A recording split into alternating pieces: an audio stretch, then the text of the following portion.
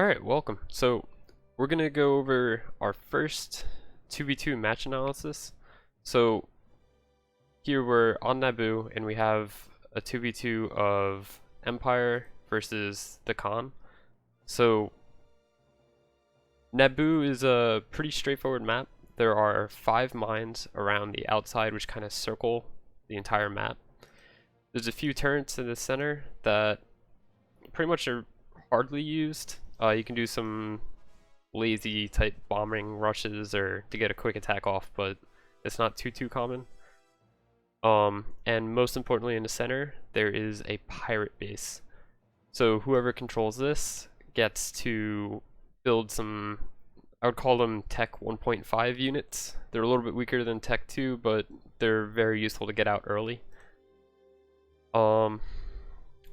Yeah, so overall in the match, there's 3 kind of questions that you should be constantly reciting in your head. I know in most other RTS games it's like, what's my population cap? Do I need to build a house? Do I need to keep building civilians? In this game it's slightly different because it's more of like an arena style combat. So first off, we have who has the mine advantage. If you have more mines than your opponent, you can afford to send more units per mine. So if I have 3 mines, my opponent has 2, I can afford a slightly larger force to attack with. Whereas the other team's kind of on the back foot, they have to spend a little bit less and try to get the same effect. Second option is, where is the enemy? So either actual physical location, like the enemy is like defending their base, or they have a T1 unit over here and then they have like a T3 over here, so obviously we want to attack up here and try to stay away from this general area. It's important to know if your opponent's mostly on the right side, then obviously you're free to do whatever you want on the left side and trying to cautiously see where they're moving. This also includes units in reserve. So if you have a ton of units in reserve, but they're not on the field, the enemy can scout that and know that, well, you can go in anywhere. Same thing with your opponent. If you're fighting a pretty light force, you can kind of expect either a drop on a back mine, or maybe they're holding them for a defense, or worst case scenario, they're saving up a ton of bombers to try to snipe your entire space station. So with those 2 things in mind, who has the mine advantage, where is the enemy? The last thing is, where should you be attacking? So it's all about cost-effective trades. So if you see that they only have fighters over here, then you obviously want to drop a little anti-fighter corvette over here. If you see that they have a larger ship over here with no supporting units, similarly you can just drop in bombers. You want to fight on your own terms. Try to get cost effective, because then that means you save more money, which means you have more money to spend on attacking mines, which is what this game's all about.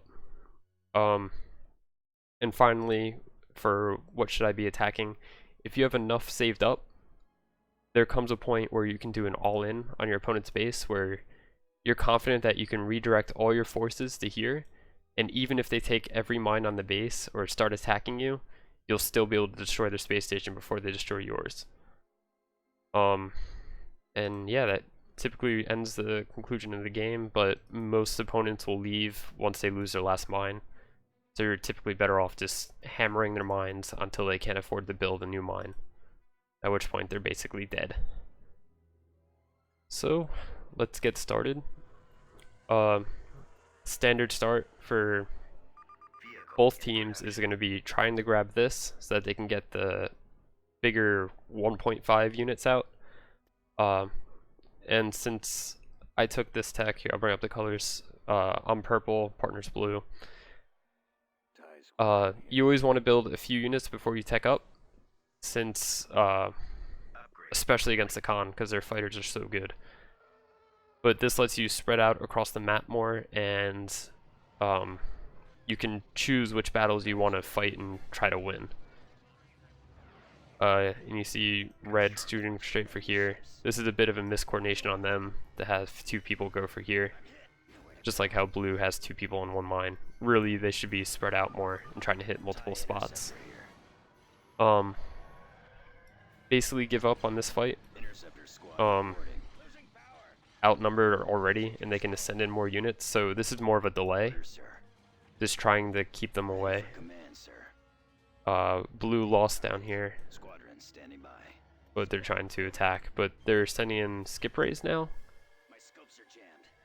So instead of sending in fighters, he was building bombers. That's something we could notice, so we see how many fighters Orange has, so he's not building bombers. But it doesn't look like Blue sees this come out. So there's a few red fighters missing, so we can either assume that he's saving for the tech units, or he's trying to do a bomb drop somewhere. At this point, there's nothing much that we can do about it. So Blue's just going to keep pushing red to either force out those fighters, and if he doesn't have fighters, then we can just push this mine. But red's doing a little stealth bomb attack right as the T2 mark hits. I send out these purple fighters to kind of scout out this mine, just for the future, so we can do a drop. Since we see these bombers on radar now, pick up FET. This way, because he can quickly end a bomb rush, obviously it's what he does. And we see that they took the center as expected, so we can expect to see some kind of 1.5 tech units coming out. And we lose the mine, but we're going to be able to defend this. So if you're reading the guide, the mines are typically worth about 2,000, and he has close to 2,000 credits worth of units, so as long as we kill these off, it's a pretty even trade. He does try to come in and defend this though.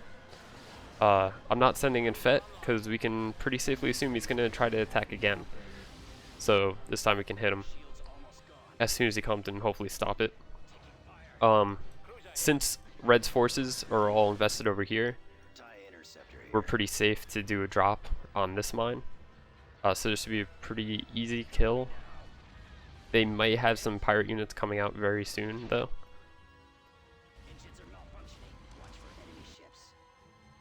See, red's still sitting here. We're kind of scouting out the middle, seeing what they're doing with it. And now we see orange come in. Noticed how he waited to send in his Ventor until he had the little guy to defend him with from bombers. But we do catch the mine. We start building a tartan and notice that our scouts are moving up this whole right side of the map. So we just transition up to here so we can drop in something to start attacking him. And if we notice, red has the little fighter force, so it looks like he's going to try to attack this mine, which is actually perfect timing because this guy's almost coming up.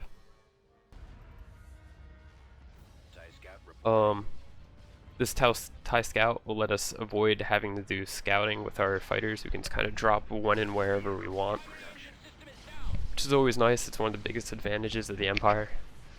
And since red did his attack, we had FET in waiting, so we can drop him in and try to do some kind of damage. Khan's fighters are so good that they just survive this, but at least we got about half the fighters down.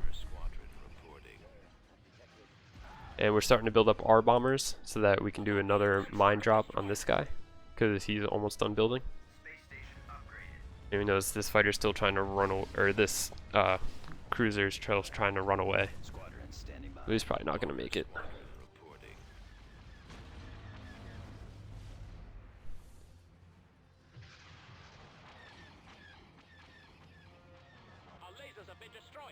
So up here, this guy's just doing work.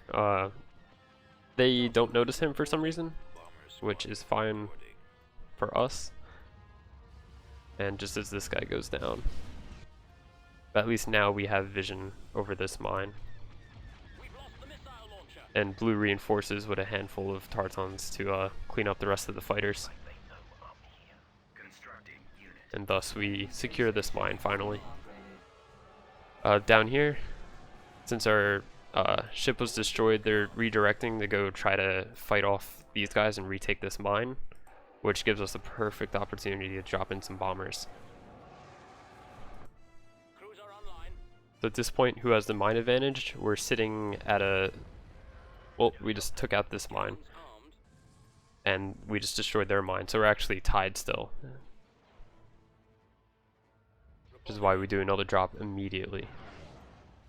So if you notice, red hasn't been sending in much on the minimap.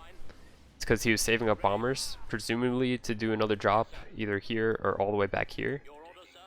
But instead, since we're attacking, this is their last mine, so they have to defend this. And that's why they dropped so many bombers right on top of us, and even Orange is sending in his ships. But it doesn't look like they're going to be able to defend it. It's good, or they're going to be able to destroy this, but they're going to lose their last mine, which is huge. And up here, we have our little Tarton defending this last mine, so they can't just use a simple fighter to take it. They actually have to put someone bigger like him on it. And now all of Red's forces are stuck over here.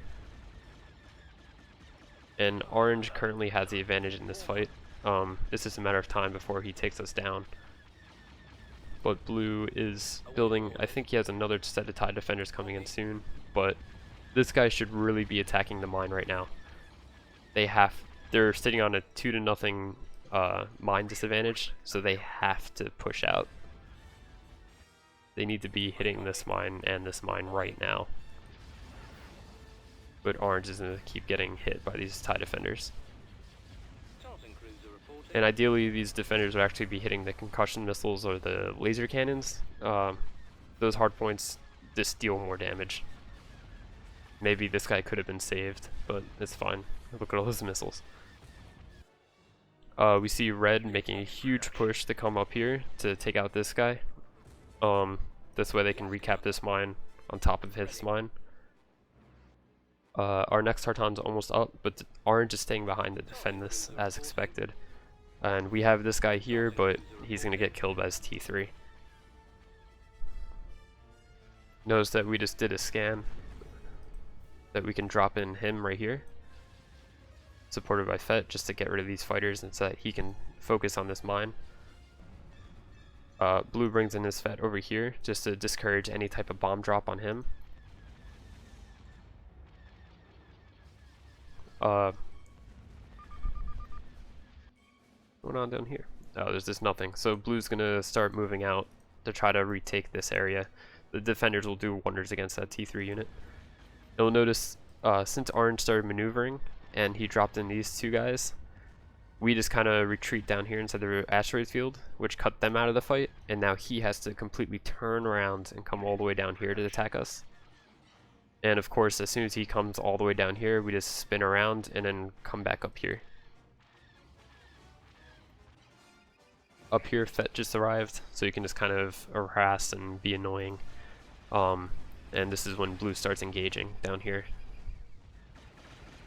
to take out this T3. You notice this guy's almost up, so we move up a little bit to get better vision here, that we can drop in our T3.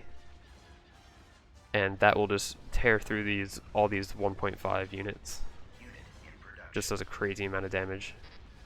And we have the money for it, so we grab another Tauntaun to help out FET lock this down.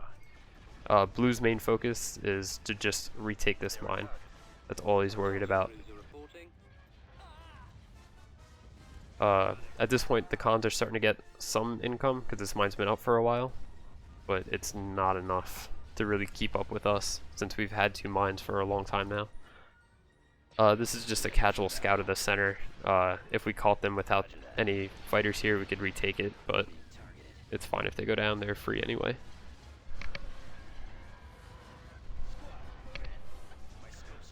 And you can just notice how quickly these ships go down and how little damage they do to our T3 units.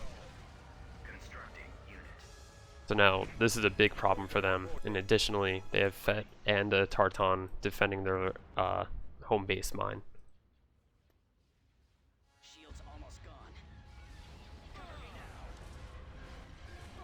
So it's safe to say from this point on, the game's pretty much over.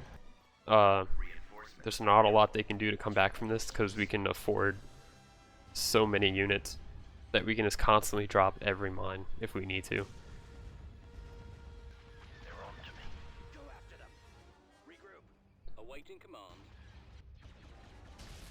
And we see I do another drop down here to deny this guy from capturing the mine.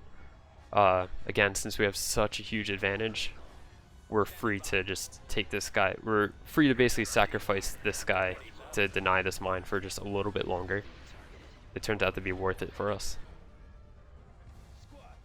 And especially since the bombers targeted their mass driver cannons, he can't do much, and now he just has nothing. So he's just gonna probably suicide him. Or self-destruct. Over here, this guy's still locking that down, this guy's still locking that down. We're sending up some scouts, just in case they do like a T3 drop on this guy. We have the scouts here so that we can quickly reinforce and take the mine. And you notice how much the attack slowed down. They weren't able to hit our mines. But orange does do an interesting attack. Typically, if you're behind, you want to go for either the communications array or the supply dock. Most definitely the communications array, because that knocks out the minimap. So most of the time when you're playing, your eyes are pretty much going to be down here, and whenever you see a unit come towards a mine, then obviously you can react to it with like either a FET or any hero or any anti-fighter. So this is a questionable attack, especially since they could have hit the communications array and then start bombing the mine, but this is kind of them in desperation mode. You also send in a Tarton. This wasn't necessary. It could have been dropped on one of the other mines to help defend or to generally be annoying. So this is a bit of an overreaction, but again, we're so far ahead. I mean, look at Blue's credits. That we're fine. And it looks like he just built Thrawn, which can be dropped on their main base, which would easily end the game at this point, because they don't have enough to even build a mine, probably.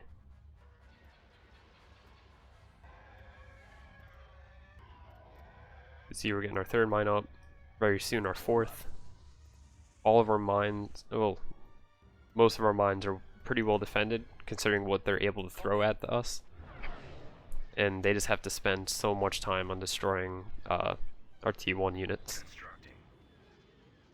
And they're reduced to building these little crappy pirate units, and this is probably the last of his credits, IG-88. You notice our fourth is going up. They finally get this mine up, but it's too little too late. We already have ships in production to be able to just drop it, so they just leave. And that's the game. So for most of the game we had the mine advantage, which was the main reason why we won. That's why you'll win any game pretty much. Where's the enemy? Since we were on top of their mines, they were forced to use their bomber drops to defend against us rather than to attack our mines and kind of get them on even ground, which bleeds into the last point of where should you be attacking. Notice how nothing in there says anything about defending. You should always be attacking focused. Always focus on which mine should you be destroying, which one are they about to build. Because if they just start a mine and then you destroy it immediately, they just wasted 800 credits for no reason. So it's very important to always scout around your mines to have vision control. And yeah, that's the gist of it.